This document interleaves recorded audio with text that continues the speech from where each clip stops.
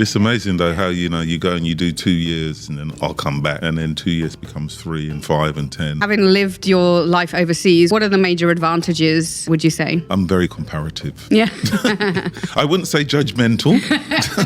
I almost feel like I've lived my life in a bubble, right? Which I like, by the way. What is the reason for you moving to another country? Is it the experience? Is it financial benefit? What is it? If you do make the leap to live abroad and you intend to do that, you have to be aware of the fact that you have to understand what your family connections are. The culture shock for me is not necessarily a thing, but I think reverse culture shock is. You know who your real friends are when you're not just down the road. Home is where I am. It's where I am, and it's who I'm with. This lady, literally, flashed Tony, lifted up her top. I was so shocked. Yes. I just asked my company to send me anywhere else in the world, and they did. Oh, wow. Yeah. Our paths kind of crossed before we knew it.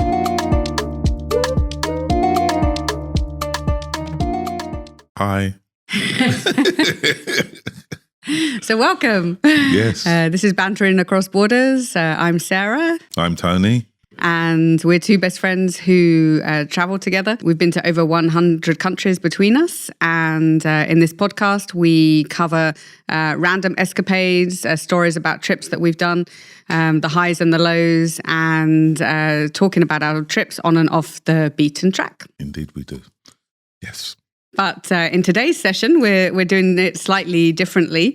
If you've ever dreamed of living a life abroad, giving it all up, packing your bags and going to live in another country, then stay tuned in, because today we're going to be covering basically life as a lifelong expat. Expat. I love that term, expat, because expat is what we use when we're privileged. Yeah, Otherwise, exactly. we're economic migrants. Absolutely. Yes. So life as a person who doesn't live where they were born. Exactly. Yeah.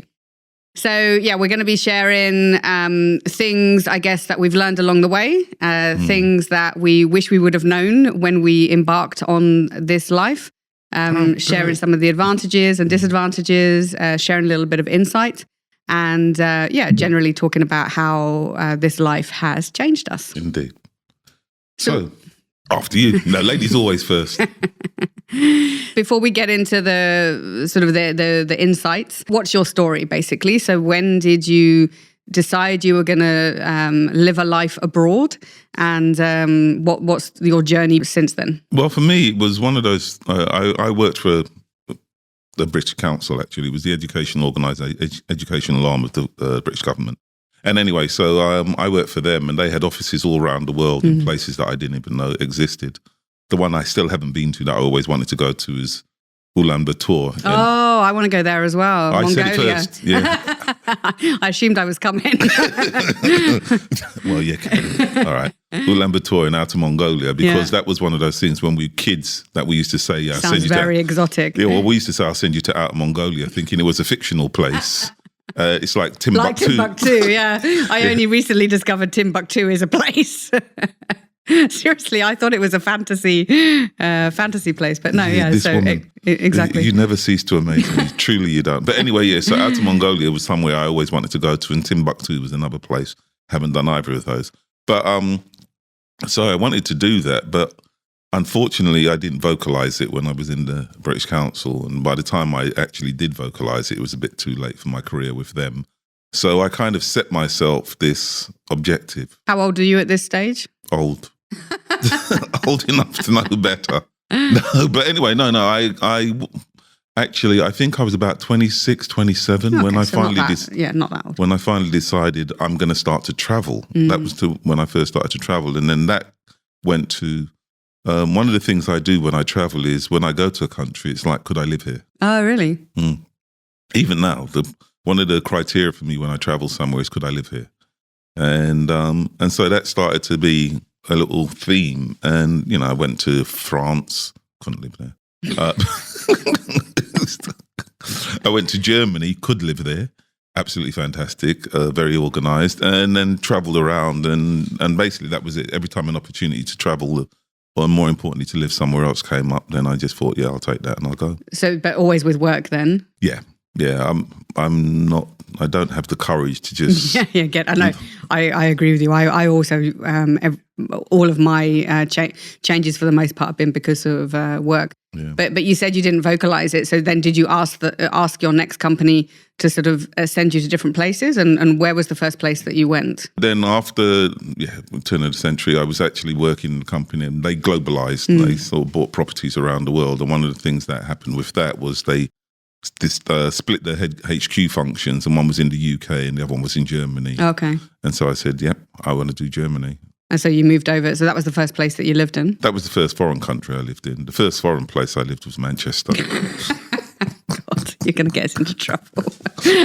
Says a London boy. Of course. Yeah. But it was. Anything north. It was. You're north. You were north. But, That's true. Shire counties. Yeah. But yeah, Manchester was the first abroad place foreign place for me, because they speak a different language up there. And then the first foreign country was actually Germany, and I was there for 2 years, came back for 4, then Luxembourg for 3, and then Dubai for 2, Saudi for 3.5, Oman for 1 year, then back to Germany for 3, and then 3.5 years in Saudi, and I've been almost 6 months in Bahrain. So how many years is that in total, like overseas? This century, it's easier to do it that way. This century, I've lived in the UK for 6 years. Okay. So it's 19 years. 19 years-ish, yeah. Yeah. And yourself? I don't think I ever particularly planned to live a life abroad. I'm not sure that maybe some people have that goal, but I had a very, very specific goal when I was 12 to live in Germany, which is a strange thing for a 12-year-old girl to have. But from the Shires. Yeah, from the Shires, exactly, from Buckinghamshire. And it was all because of a book that my godfather had given me, which is the Heidi book. And I was so fascinated by that book. And I was at school where they also taught German, which at the time was, when I went to school, that was sort of quite unusual. So I found that I picked up German very easily. I think also because of the enthusiasm that I already had for the country, even though to be fair, Heidi is based in Switzerland, but again, it's all the same. It's all the same, right? Like it was somewhere with mountains and goats, right? That's Hackney now. So that kind of led me on the path to going to university to study German. But because I didn't do that well in my A-levels, I didn't get into the university that I was planning to study pure language. Oh, right. And so my very enterprising parents found this, I think it was called the Erasmus scheme. Oh, the British Council. Oh, right. Was it you? Oh, wow. Yeah, we used to administer that. Wow. Our paths kind of crossed before we knew it. So I got a grant from the Erasmus scheme. At the time, we're trying to have the Brits integrate more into Europe, right? Yeah. Which now you look at what's happened is kind of amazing.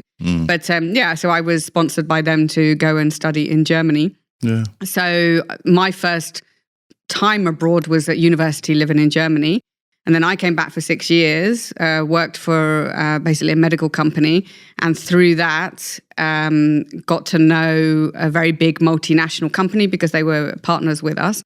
And I think 5 years into sort of my first job, they asked me to move over to Germany, actually back to the place where I was at university randomly. And I spent, I guess, maybe 12, 13 years there, really loving my life. But until the point that I'd fell out of love with Germany because I'd been there sort of so long. And I just asked, maybe a bit like you, I just asked my company to send me anywhere else in the world. And they did. They literally sort of, 6 months later, I was on a plane to Dubai. So I've maybe not actively sort of chosen that life, but but I've now been out of the country a bit like you. So I left for the last time in 2001. So if you discount the sort of university years, then I've also been out for like 24 years. And somewhere in between that time, I also lived in Guatemala and Kenya because I took sabbaticals.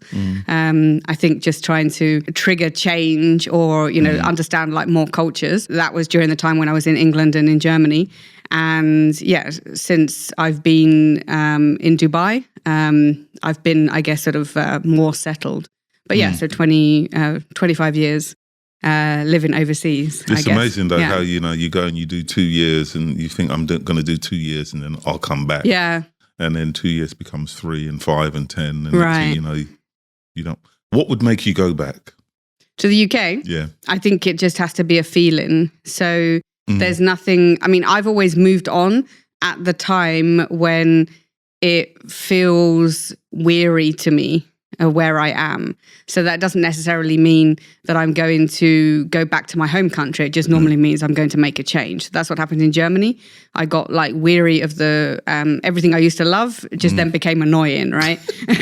All right, like sweeping the stairs, every 4 weeks and taking part in all these community things, which I loved at the beginning because it's a great, very social thing to do. But the older I got, and when my knees started creaking, I didn't want to be like sweeping the stairs anymore, and I didn't want to, have someone, with a checklist following me around. Yeah. So that's when I sort of moved on, and same with here. I think it will get to the point where it's just time to go somewhere else. Yeah. And because of the age I'm at, I think. Yeah, but you're still young at 25. Yes, exactly. 25 years plus 25 years plus. Now would potentially be the time to move back. Okay. But anyway, so let's talk about. So we talked about why we left. What do you think, having lived your life overseas, what are the major advantages? Would you say? For a long time, what I always found was being out of the country made you, in quotes, appreciate the country more. You appreciate the things back home. I mean, like being in Germany, first of all, was great because it's very, very disciplined. Right. Very, very organised. And then you appreciated the freedom and the randomness and the spontaneity of the UK. Right. So it's like, that's a good comparison, actually. But then after a while, you start to realise that the randomness and the spontaneity and the freedom is actually chaos and disorganisation. And actually, that's one of the things I've noticed more about being away is that home is chaotic, disorganised and, disruptive. Yeah. I find it disruptive to my equilibrium when I go home.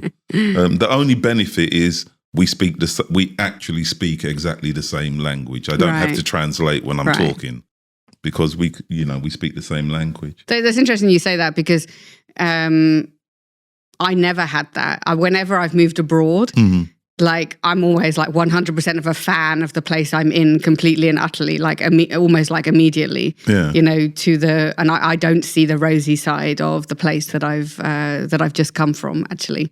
Wow. And I don't know why. Now you've said it. I never really thought about it, but now that you've said it, I'm always very, okay, I'm here. This is exciting. This is new. Look what they do. They do this better.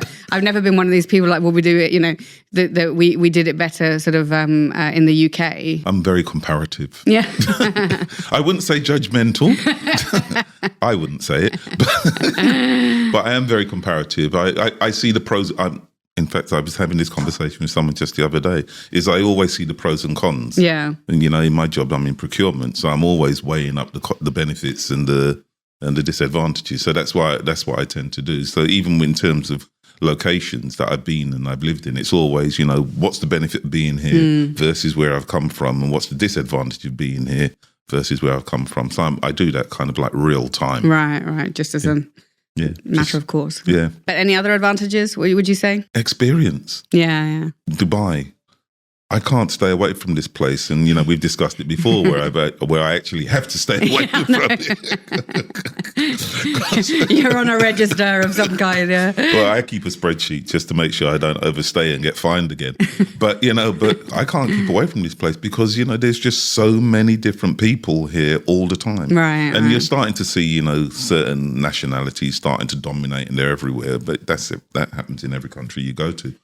But I think the variety of different people that you meet by being away from home. Now, I'm from London. I was born in Paddington. I grew up in Marylebone. I'm a West End boy. And if you go into the West End now, it's not the West End of when I was a kid. There's like anything and everything in there. Yeah. So people could say, well, you can get that at home. But you can't. It's different. And Dubai is unique, right? The UAE is very unique. But But I agree with you. I mean, that was going to be one of my advantages of having lived this life, is that suddenly you're mixing with so many like different cultures.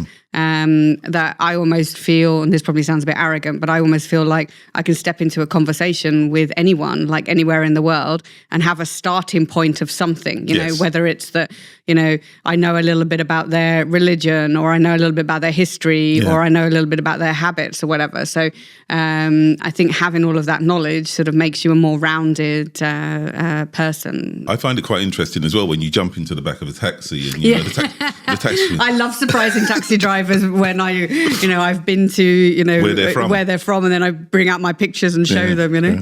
Oh, you've been there? Yeah, I've been to your village actually. Yes. Yeah, so I find that's great as well. And then the other thing I find as well is one of the other advantages is when you hear people stating inaccuracies, which previously you would have absorbed as a fact. Right. But because of the fact that you may have been there, or you know somebody who actually is from there, you can actually understand that what you're hearing and what you're seeing is not actually well, and that's a good thing. I mean, we talked about this, I don't know, in one of the episodes, but like the view of the world that the media shows you is just through such a distorted lens. Yeah. And so, you know, whether you're living abroad or just traveling abroad, I mean, it opens up your eyes. You get to the truth directly. Yeah. The other thing that I feel is a bit of an advantage, and maybe you felt the same, is that I almost feel like I've lived my life in a bubble, right? Which I like, by the way, because I don't want to say it's like a permanent holiday, but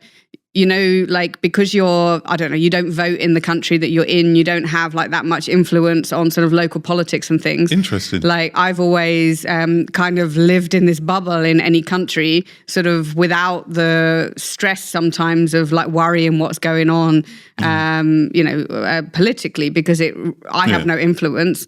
And in the end, does it really sort of impact me? It probably does, and I probably should be more aware of it, but I kind of like the bubble, you know. I don't even have like TV, right? So I don't watch the local TV. I didn't watch TV in Germany. I don't get British TV. So I like living in this kind of world that I've created. That's true. That's it. That's an interesting aspect. I hadn't thought of it like that as well, but you're right, because we are not excluded from it, because you can actually, there are people that do get very, very heavily, deeply immersed in the particularly the political side of where they're from. I try not to where I am, because it can be a bit dodgy.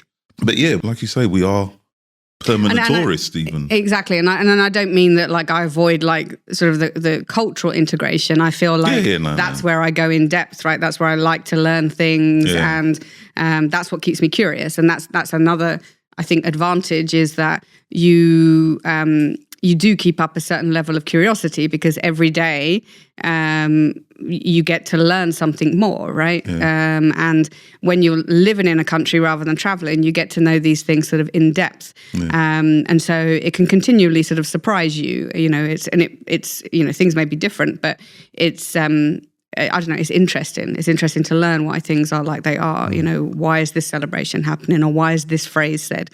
So those things I feel like, you know, I immerse myself in. But when it comes to kind of, you know, the political, like the rules and all of that, I don't know. As long as you're not breaking them. Yeah, as long as I'm not breaking them. Downsides.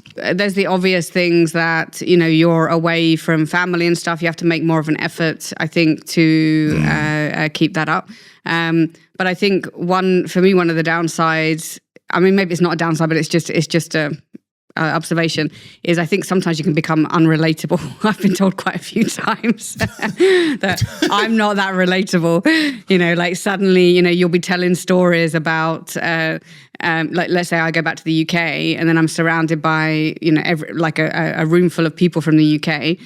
If I'm telling them stories of something that's happened either, you know, when I was in Germany or when I was here, I feel I have to sort of filter my way of talking or the things that I talk about, because it either feels off-putting to other people, and maybe that's just my impression, and maybe it's just because I'm an arrogant bitch.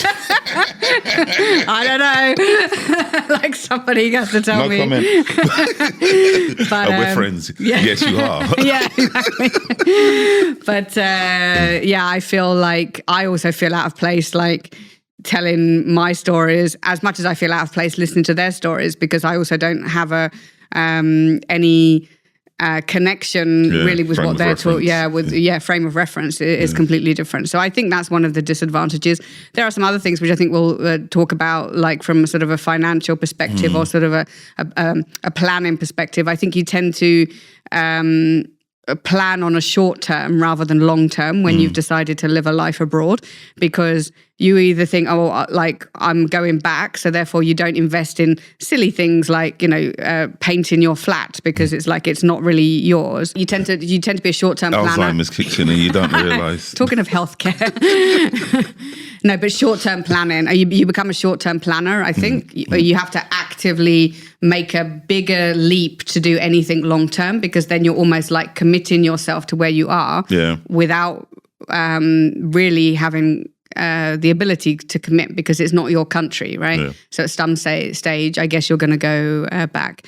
And then I think the other thing is your sort of circle of friends can become like quite transient. So meaning that if you've lived in all these different countries, I have friends all around the world, but do I necessarily have someone that I can call and say, okay, I want to go to after work drinks like right now? And so Sarah admits she has no friends. But that can become difficult, right? Because my friends are scattered all over the place. I mean, you're one of my best friends and you don't even live in the country, Yeah. So I think that's, that can be, I mean, it's not problematic. It's just different. I'd agree on the family side. I mean, I've got grandkids and I think I've seen them 4 or 5 times because it's expensive for them to jump on a plane. So I'm the one that has to travel to go and see them. So that's a bit of a downside. And I think that's one of the things. If you do make the leap to live abroad and you intend to do that, you have to be aware of the fact that you have to understand what your family connections are. Because, there's money involved. And I mean, nowadays it's a lot easier than it must have been 10, 15, 20 years ago. Now you've got Zoom and you've got Teams where you can chat. So you can actually talk to people every day, but you don't have the physical connection. Right. So you have to establish a different dynamic, particularly in terms of relating to family. So I think that's a downside that you need to consider. On the friend side, I find it quite interesting, that one, because my best friends are the guys that I went to school with. Yeah. And we see each other 4 or 5 times a year. Yeah. I mean, you make a real effort actually to keep up with your friends. I mean, the biggest one was when we went to Edinburgh. We decided we were going to meet in Edinburgh, and I basically left here on Thursday, got to Edinburgh on Friday morning. We went out for dinner on Friday night, and I got on a plane on Saturday morning to fly back to be at work on a Sunday. That was the hardest slog.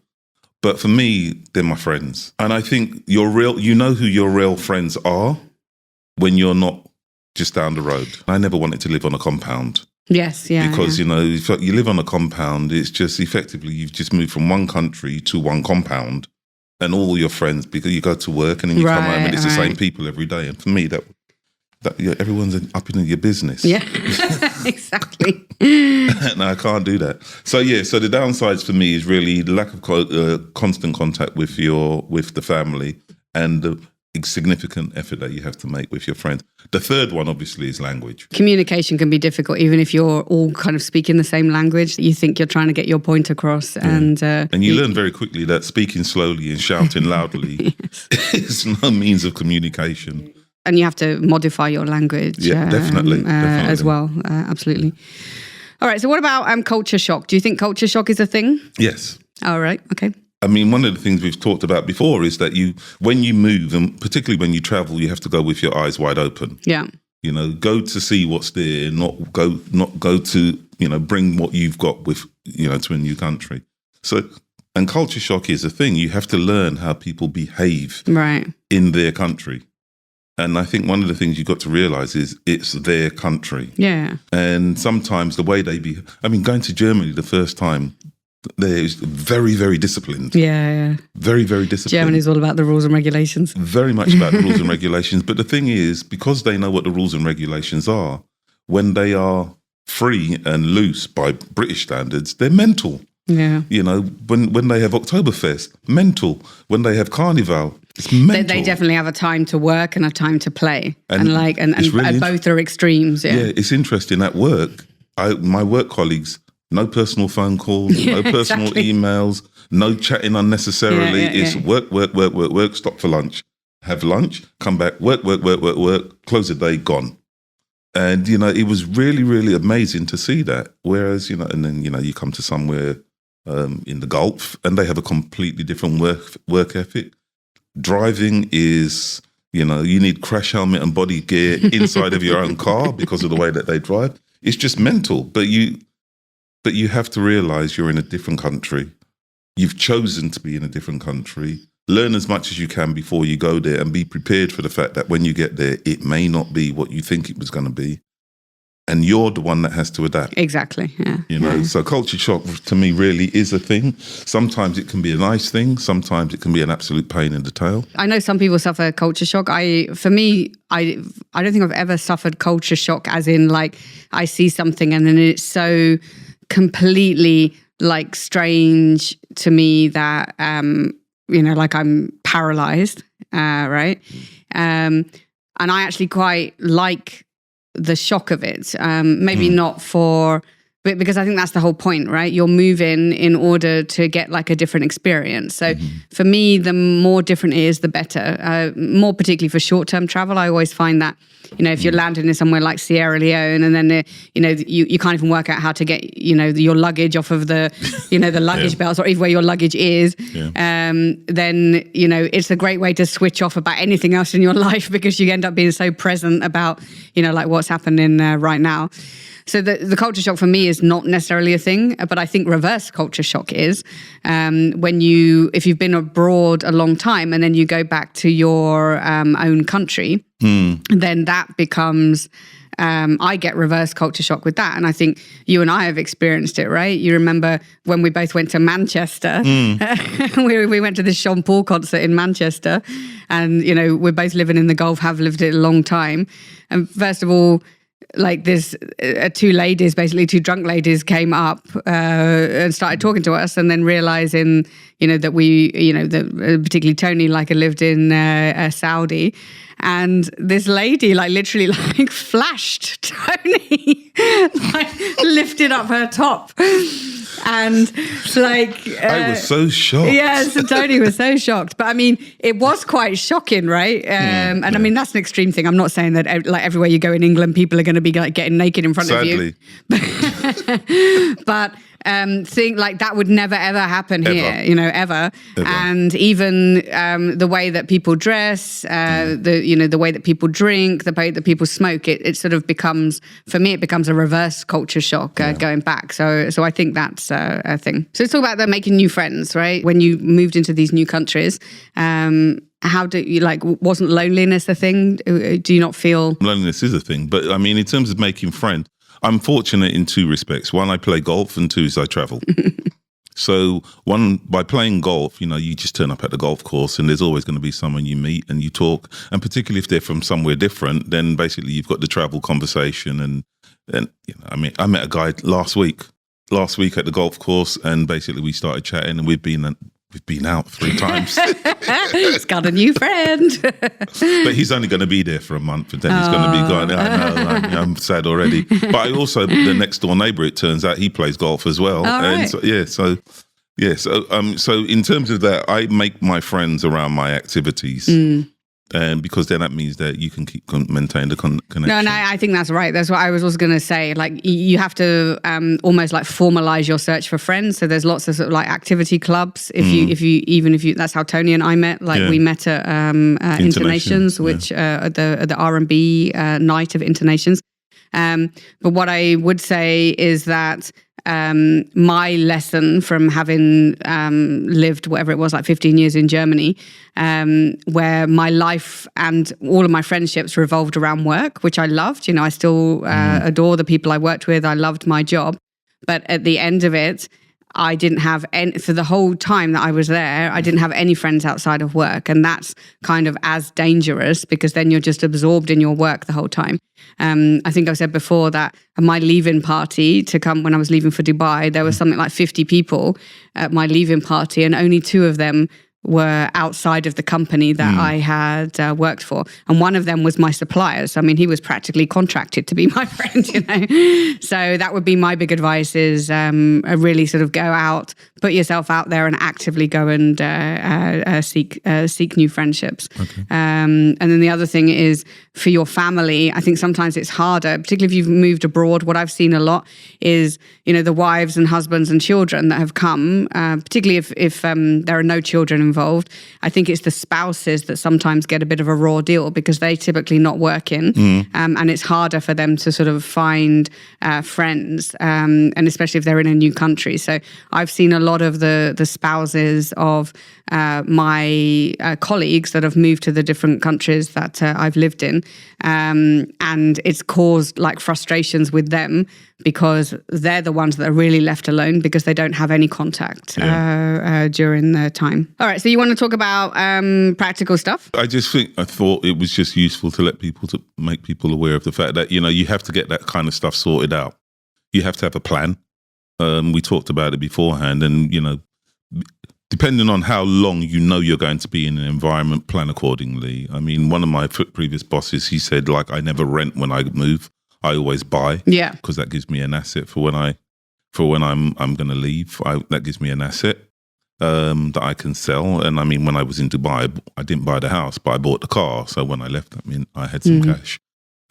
So that's something you need to think about, tax, all of those kind of things. I've been lucky that I've been in, tax beneficial environments. You wouldn't know that if you looked at my bank account. You would if you looked at my ear miles. Yes, exactly. But you have to think about those things. Yeah. You have to know are you traveling? What is the reason for you moving to another country? Is it the experience? Is it financial benefit? What is it? Right, are you running away? I mean, I've met people who are, they're running. They have to get away from where they are. So, make sure that you've got that all worked out and plan and make sure your admin is sorted out. I was going to say the same thing. For me, like the most confusing thing is the whole finance stuff, because for example, you typically think that you're going to have a pension, but if you've moved to like different countries, then sometimes the pension isn't valid. I also had the recent experience that I've been paying into a pension in Germany because that's where I spent most of my time as a working adult before I came here, and then thinking that was going to keep me going until my old age. But then, Brexit came, my bank account was closed down with no reason whatsoever. And so that's no longer sort of an avenue for me. And I would agree with the asset thing. So I think the investing in property actually is one thing to look at, because I think you just have to build wealth independently, because you're not reliant on your country anymore, not reliant on pensions. You have to be aware of the tax thing, and you've also got to be aware that if you're over here with your job, you are always at the behest of the job. So the moment that goes, then you're essentially in trouble. Yeah. The other thing practically for me and the advice I would give myself, the one thing I wish I would have, someone would have told me before I left, would be to get private healthcare insurance, because when you're living abroad, depending on the situation, like it might be covered by work, it might be covered by your healthcare might be covered by like a national insurance or whatever. But there are going to be times when, like me, potentially you don't want to work in the corporate world anymore and you want to be independent.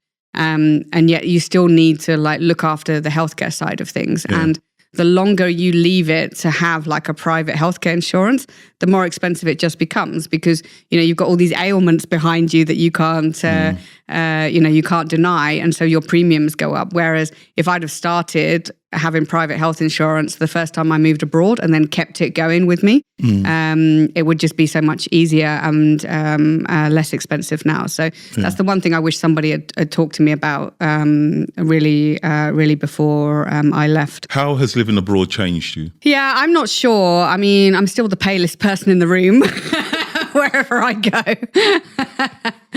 So I'm not sure. I mean, I still feel like I'm the same person. I still aim to be authentic and, live, a life that is sort of like true to me.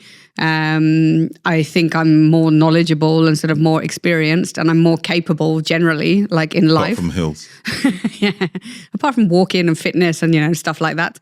But yeah, I don't know. I said I'm I'm plain Jane. Yeah, Still. yeah, exactly. Yeah. Okay. And you, how do you think being an expat has changed you? I think for me, it's just made me more aware of the differences and more accepting of them. More a citizen of the world, basically. I mean, from a very, very early age, I called myself a globalist, even though I'd really? never been outside of London. You know, I always called myself a globalist because I wanted to be out there and I wanted to see the world. And the thing about actually being out and seeing the world has meant that I feel comfortable.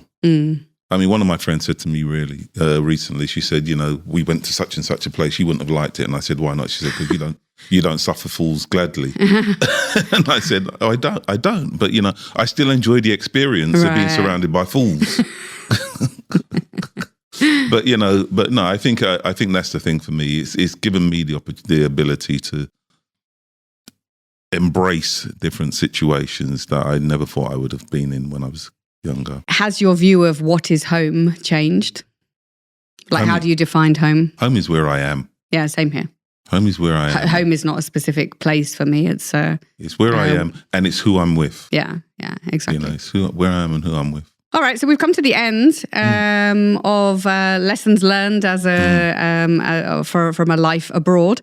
If you didn't see our previous episodes, then do tune in. We cover our travel stories and travel trips.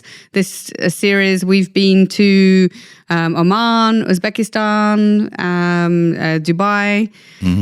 I've forgotten the one in the middle. Somewhere. Yeah, but then in series 1, we did South Korea, Sudan, Saudi Arabia, and many more. So do tune in. Yep. And our next episode, which will be the last in this series, is going to cover a trip that we did to Iraqi Kurdistan, basically, so southern Kurdistan. Yes. So that's one of the most interesting trips that I think I've ever been on. You know what was really interesting about that was the girl in my at my golf course in Germany. She was from Erbil. Oh, right. And I never knew that. And we went on that trip to Iraq. And then I came back and we were just talking and she said her name. I said, that's an interesting name. Where's that from? And she said, Iraq. And I said, where? And she said, Erbil. I said, I was there last week. Well, that's one of the amazing things about living abroad, right? You suddenly find that, you're at home everywhere. So, home everywhere, yeah. So thanks for sharing your insights. Venturing Across Borders Series 2. One more to go. And then, see you on the next one. Yeah, see where we go next.